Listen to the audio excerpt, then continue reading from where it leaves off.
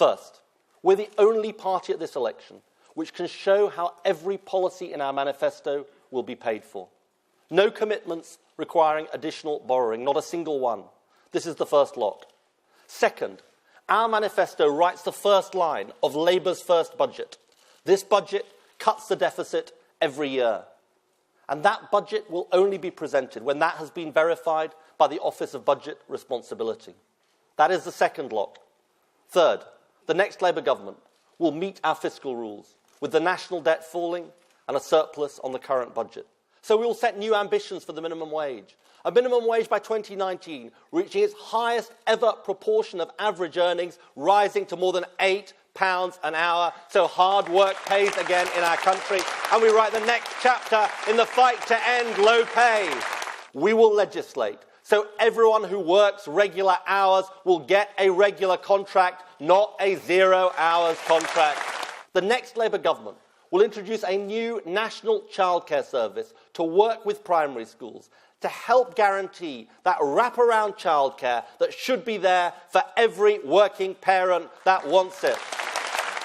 We will not raise national insurance or VAT, or the basic or higher rates of income tax. We'll say enough is enough to the people who live here, work here, send their kids to school here, but don't want to pay taxes here like everyone else, and we will abolish the non-dom rule. Our plan will freeze energy bills so they can only fall and cannot rise, and give the regulator the power to cut prices this winter. We will champion small and medium-sized firms and cut and freeze business rates for 1.5 million companies. We'll guarantee apprenticeships to every young person who gets the grades, and we'll do something else. We'll make amends for the mistakes of this government, for the betrayal of young people, for Calamity Clegg, and we'll cut tuition fees from £9,000 to £6,000.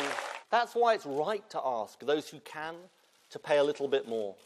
With a crackdown on tax avoidance, a levy on the tobacco companies, and a mansion tax on the most expensive properties worth over £2 million. It's a properly costed, fully funded plan for 20,000 more nurses, 8,000 more doctors, 5,000 more home care workers, and 3,000 more midwives. That is the rescue plan that our National Health Service needs. We'll call time on David Cameron's privatisation of the NHS, with a cap on private profits in our health service. And we will do something else. We will abolish, we will repeal their terrible Health and Social Care Act and put the right values back at the heart of our National Health Service.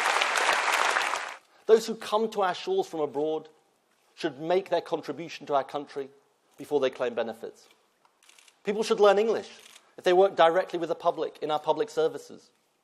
And we must never allow the wages of working people to be driven down by the gangmasters, the rogue employers, and those who avoid paying the minimum wage, because this Labour Party will always fight exploitation wherever we find it. More powers for the Scottish Parliament, more powers for the Welsh Assembly, and to the cities, towns and counties of England too. It's time to end a century of centralisation throughout our United Kingdom. It's time to extend the right to vote to 16 and 17-year-olds so young people can have a proper voice in our country.